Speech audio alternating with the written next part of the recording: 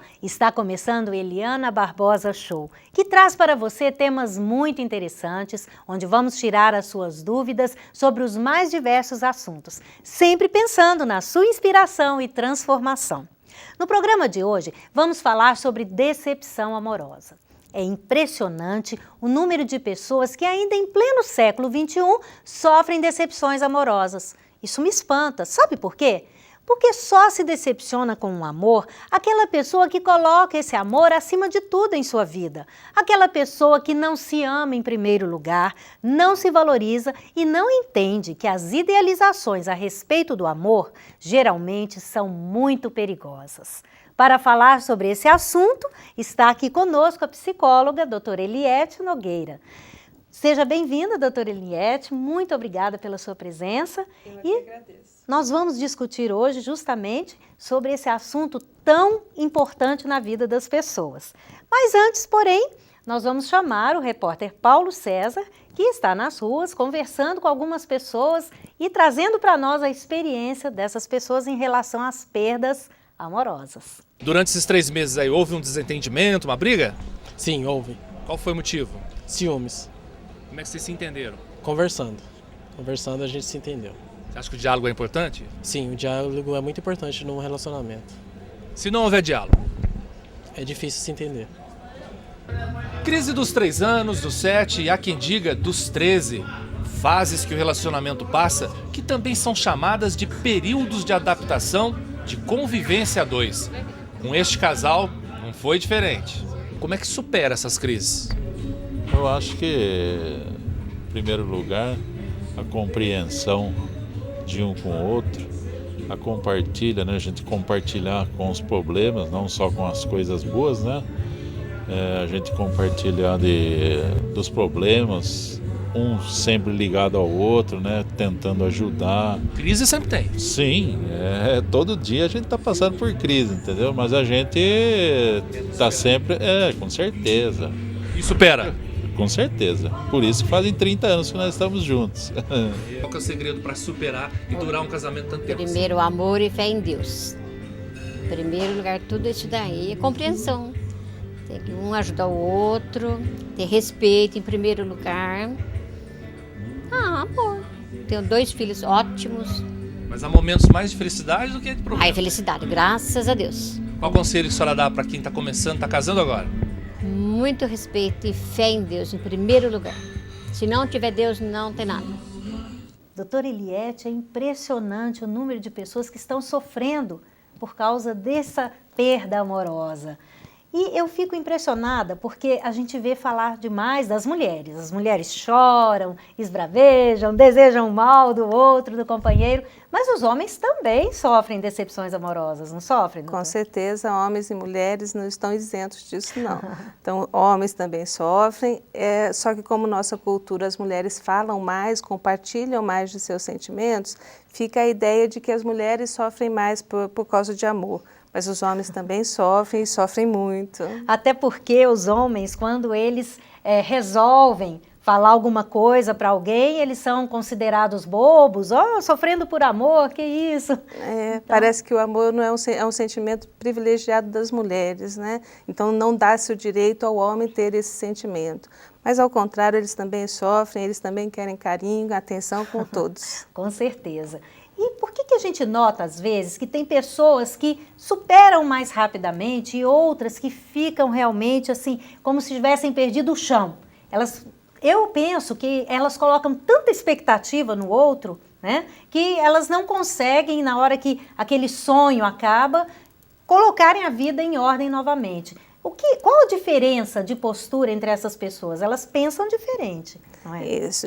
Nós temos características individuais que nos faz cada um ser do jeito que é, e essa diversidade que é interessante no mundo. Com certeza. Então, algumas pessoas sofrem um pouco mais, o outro um pouco menos, ou demoram mais para superar, outras demoram menos, em função de toda uma história de vida, de toda uma história de aprendizagem. Então, são vários fatores, né? A sua característica de personalidade, sua característica de aprendizagem, como você foi educado, e também o contexto atual. Então, ao longo da sua história, cada um tem uma história de vida, e que nessa história ocorreram várias coisas. uma coisa interessante é a infância, como você lidou com essas perdas.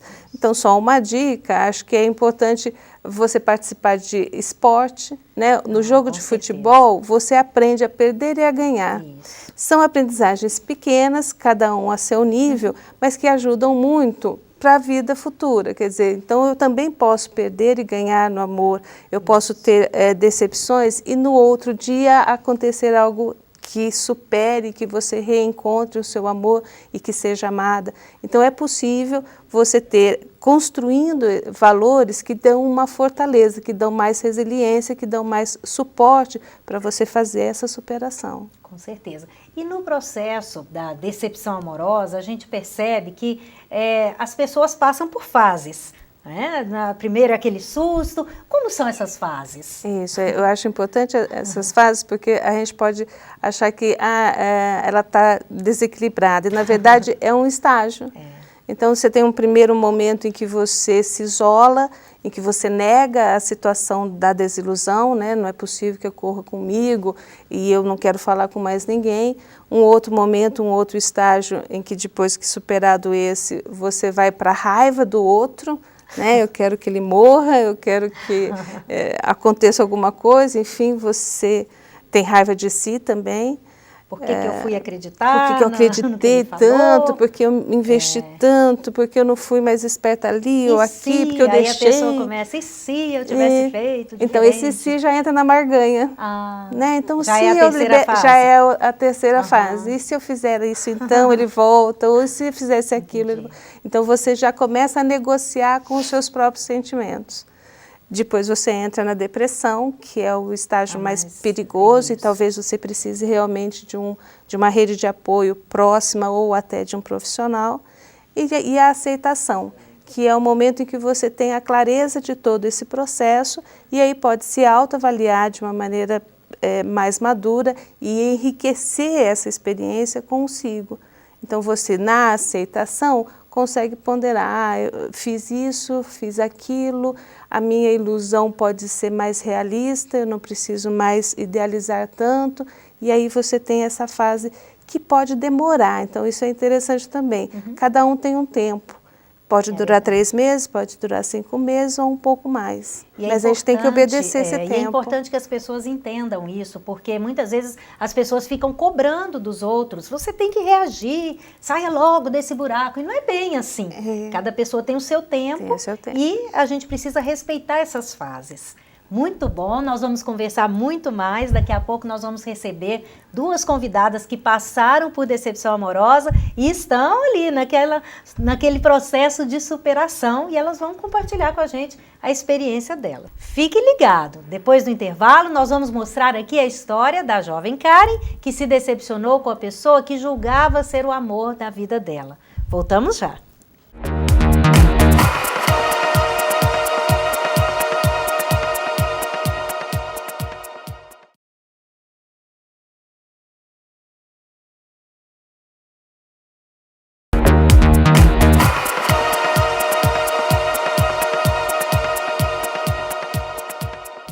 De volta com Eliana Barbosa Show, hoje falando sobre decepção amorosa. Estamos recebendo aqui a doutora Eliette Nogueira, psicóloga, e temos a Karen, que vai nos contar a sua experiência sobre decepção amorosa. Karen, o que foi que aconteceu na sua vida? Eu soube que você já está no processo de superação. Conta pra gente um pouquinho. Eu tive um relacionamento durante 1 ano, e quando eu achava que estava tudo bem, sem mais, sem menos, e sem me dar explicação nenhuma, ele resolveu terminar. E isso para mim foi um choque, porque eu não estava esperando. E é mais ou menos como você já tinha falado, que perde o chão, né? Você tem que reestruturar a sua vida de novo sem a pessoa e é difícil. Mas é um desafio a cada dia, né? Que vai passando e você vai superando. E como você reagiu, assim, diante da primeira notícia dele, quando ele realmente terminou com você? Como foi a sua reação? A reação é de negação, né? Você não quer, você também quer saber os motivos e, na verdade, não existe um motivo. E daí chora, não quer sair de casa, não quer comer, aquele drama todo, né? E você é uma pessoa que fica ligando para insistir, para voltar? Ou você é uma pessoa que tudo bem, ele não quer saber de mim, eu vou tocar minha vida. Como você reagiu nesse sentido? Pra ser bem sincera, eu liguei, assim, mas não pedindo pra voltar. Mas pra saber como ele tava. Mas Tentar entender, tentar não é? entender. Porque eu acho que essas situações inacabadas deixam a gente um pouco assim, pensando o tempo todo, não é, doutora Eliette? Como que é que fica a cabeça da pessoa? Eu acho que quando você se envolve, você está sinceramente querendo que dê certo. Então, há uma sensação de que alguma coisa eu perdi, né? O que aconteceu nessa história toda que eu não consigo entender. Às vezes a pessoa se sente culpada também, né? Onde foi que eu errei? E será que eu devia ter feito isso? Ou será que eu devia liberar mais? E eu costumo dizer que às vezes não tem razão mesmo. Da mesma forma como não tem uma razão, né, a racionalidade do eu comecei a gostar, pode não ter uma razão para eu deixei de gostar. Porque nós estamos falando de emoção. E emoção a gente não tem muita explicação, né? Por que alguém gosta de alguém? Porque ele é bonito, mas tem muita gente bonita. Porque ele é engraçado, mas tem muita gente engraçada. Por que esse? Né? Então, algumas coisas não se explica. Ela acontece ou não acontece. E quando acontece com os dois, é lindo. Quando não acontece, só acontece como uma das partes, é que você tem que lidar com a situação de desilusão. É verdade. Karen, e eu soube que quando você estava saindo com outra pessoa, parece que ele ficou meio incomodado e andou te procurando. Como é que é isso? É normal isso a reação, né, do homem, porque eu acho que é mais o sentimento de posse, de ela é minha. Nem tanto por gostar, por amar. É mais por não quero que seja de ninguém, mas eu também não quero. É uma atitude normal de querer segurar o que ele acha que é dele, né? E é interessante isso que a Karen falou, porque eu comento muito isso nas minhas palestras, que a gente não pode demonstrar muito assim, que a gente depende do outro, ou que a gente está colocando toda a nossa expectativa no outro, até porque, né, doutora Eliette, isso assusta um pouco a outra pessoa, o companheiro ou a companheira. A gente precisa mostrar mais independência nos nossos relacionamentos, independência emocional. Porque realmente o outro, ele não é um remédio para curar as nossas carências, uma muleta para nos carregar para todo lugar. Então a gente precisa lembrar disso. Sempre, quando a gente demonstra essa autossuficiência, eu estou tocando a minha vida, as coisas estão acontecendo, e aí sim a outra pessoa começa a ficar incomodada, ela começa a observar mais a gente, começa a nos valorizar mais. Então, é muito importante que a gente trabalhe um aspecto que é fundamental no sucesso e na felicidade do ser humano, a autoestima. E eu vou pedir à doutora Eliette, então, que comente um pouquinho sobre esse fator fundamental da vida humana, a autoestima. Eu acho que a autoestima é importante para que a gente consiga ter nos nossos relacionamentos. Eu acho que você fala muito bem, quando a gente se relaciona, eu uso uma metáfora de construção de uma casa. Você nunca constrói com um pilar só, você precisa dos dois. Então, aquela máxima, né, nós somos um só quando amamos, não, nós continuamos dois. Isso. Né? Isso é ótimo. Mas nós fazemos um só relacionamento. Então, por ele, você consegue estruturar. Mas quando você se junta tanto que não consegue mais saber quem é um, quem é outro, pode ser que você precisa pensar um pouquinho para saber onde... Não quero cair no individualismo, não é disso, eu estou falando de indivíduos, né? Quer dizer, mantenha a sua individualidade sem ser individualista, porque ao ser individualista você também não pensa no outro. Isso, e se eu quero me relacionar, eu preciso pensar no outro, o outro faz parte da minha vida, né? Mas ele não é a minha vida, ele faz parte dele. Isso. Né? Então, minha vida é minha vida. Com certeza. E é interessante porque às vezes acontece esse rompimento, né? E depois você está tocando a sua vida, você está se reforçando, você está se valorizando mais e de repente ele resolve, como ele já está, né, te assediando novamente, e se você resolver ficar, já vai ser num outro contexto, com uma outra pessoa, porque você já aprendeu muito. Você concorda comigo, Karen? Com certeza, é um aprendizado tanto para mim quanto para ele, né? E se a gente tinha alguma coisa a ser melhorado, talvez seja essa hora. Ou não, né? Só o tempo dirá. Com certeza. Né? E é muito interessante que a gente lembre uma coisa também. Não pensar assim, às vezes a pessoa passa por 1, 2, 3 decepções amorosas e fala, ai, eu estou traumatizada, minha vida, eu não dou certo no amor. Pare de pensar dessa forma. Primeiro, não existe trauma, existe experiência. Cada decepção que você passou, com certeza você aprendeu alguma coisa e, por favor, não vai errar mais naquele aspecto. E pare com essa crença também de ficar repetindo, eu não dou sorte no amor mesmo, eu desisto. Não faça isso, viu, Karen? Fique, então, sempre aberta, coração aberto para amar, para ser feliz, acreditando, sim, que nós somos seres humanos que nascemos para o amor, mas precisamos, antes de amar o outro, para darmos conta mesmo de amar o outro, nós precisamos amar a nós mesmos. Autovalorização, autoconfiança. Aí sim, o olhar fica diferente, o andar fica diferente, você fica uma pessoa que você atrai, você parece um imã. Todo mundo quer ficar perto de você e aí sim, essas pessoas vão te valorizar mais. Então é muito importante, evitando a decepção amorosa. Muito obrigada, Karen, pela sua presença. Obrigada. Por ter compartilhado com a gente a sua experiência, foi muito valioso, porque tenho certeza que muita gente vai aproveitar o que aprendeu aqui com você. Nós vamos continuar daqui a pouquinho com uma outra história, a estudante Mirelle, que sofre há 10 meses a perda do amado. Fique ligado!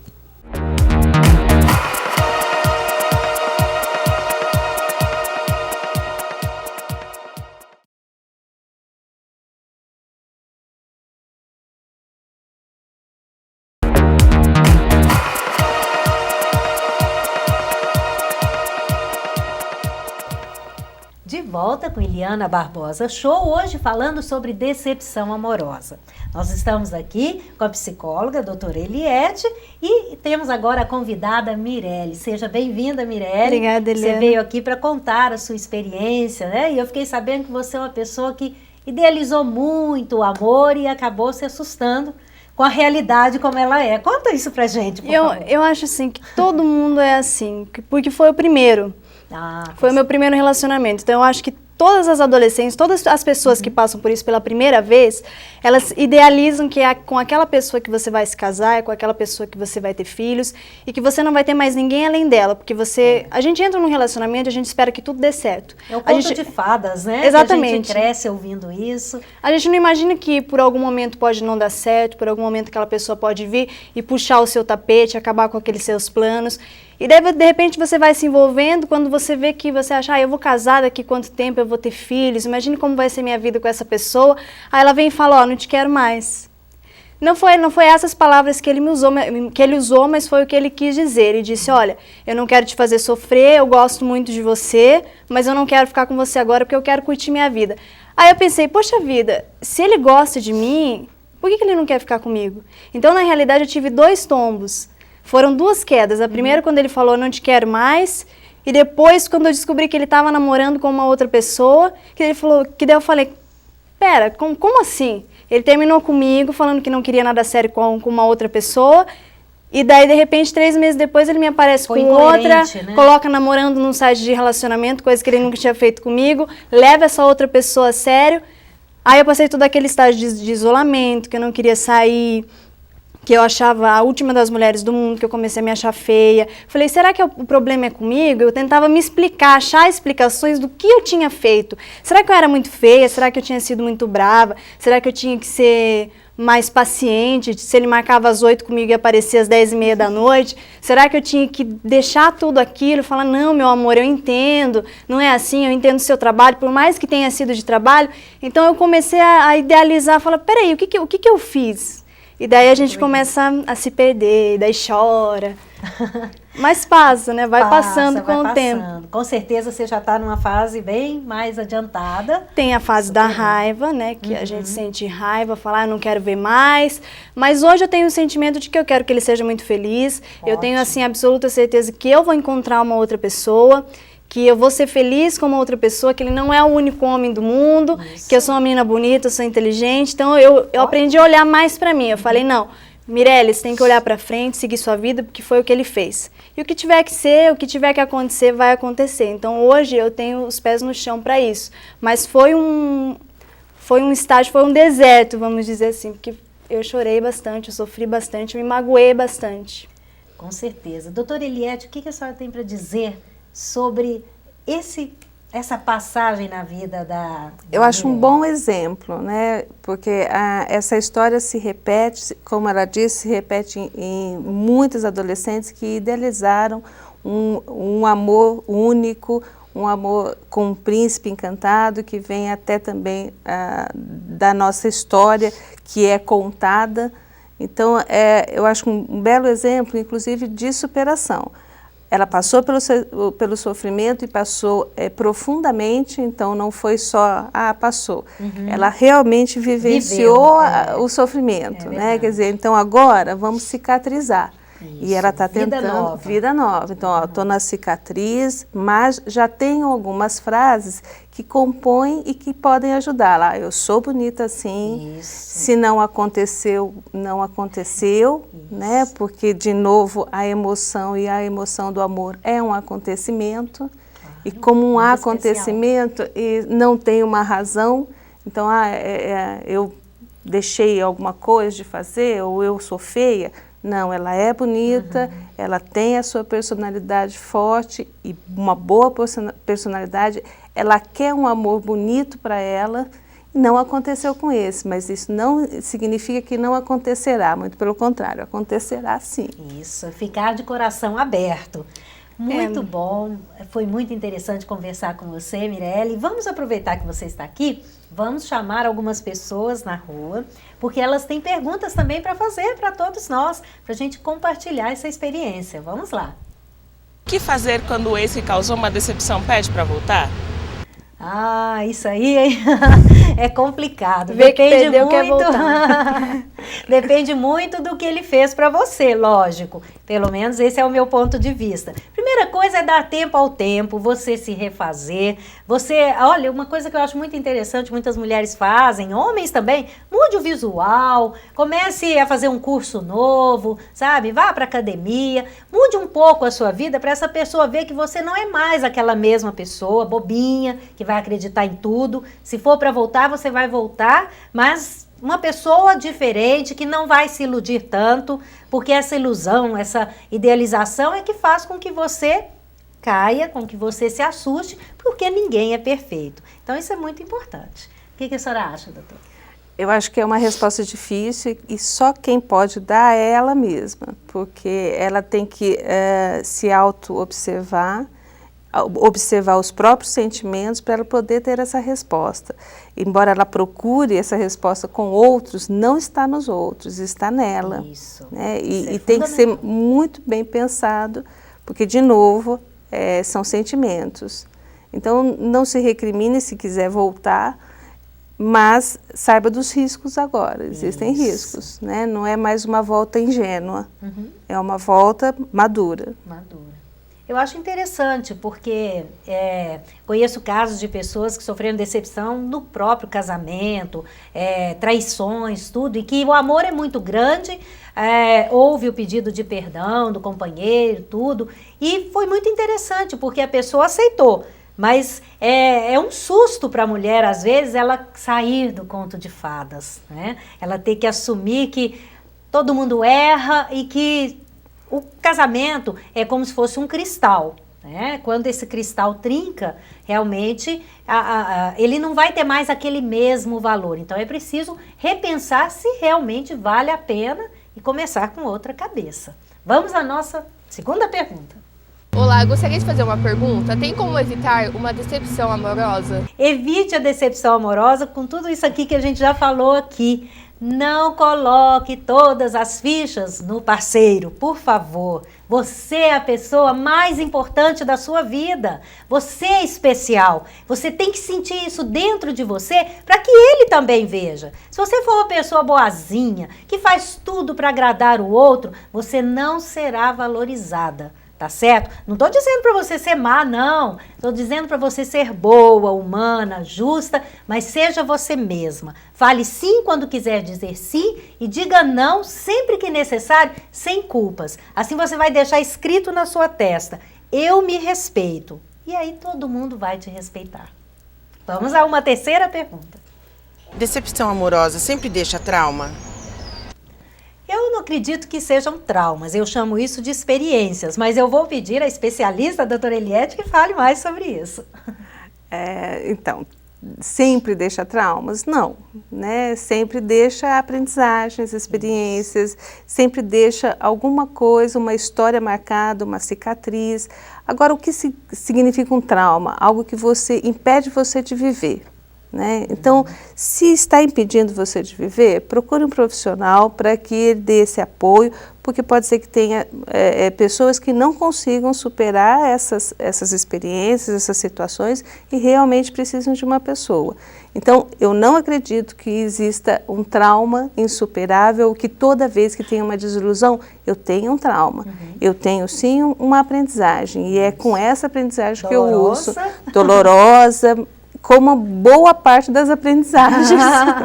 Com certeza, mas que com certeza vai nos deixar melhores. Eu quero agradecer a vocês por participarem do programa Brilhantando com a experiência de cada um de vocês e agradeço a você, querido telespectador, pela sua carinhosa audiência. E digo a você o seguinte, se você quiser aprender mais sobre decepção amorosa, sobre autoestima, como melhorar a sua vida, conheça os meus livros, entre no meu site www.elianabarbosa.com.br. Esses são os meus livros de autodesenvolvimento, cara a cara com alguém muito especial, que é você, o leitor, O Enigma da Bota, que é um romance sobre empresa familiar e o processo de sucessão, e Acordando para a Vida, que vai logo logo para a sua 3ª edição, uma edição aumentada, com audiolivro e também com um mini livro para você presentear as pessoas queridas. Deixo para você a seguinte mensagem para a sua reflexão. Não trate como prioridade aquele que te trata como opção, ou seja, pare de ficar só falando sim para as outras pessoas, para as pessoas que você ama, como se isso fosse conseguir segurar o amor da pessoa. O outro não é remédio, o outro não é muleta.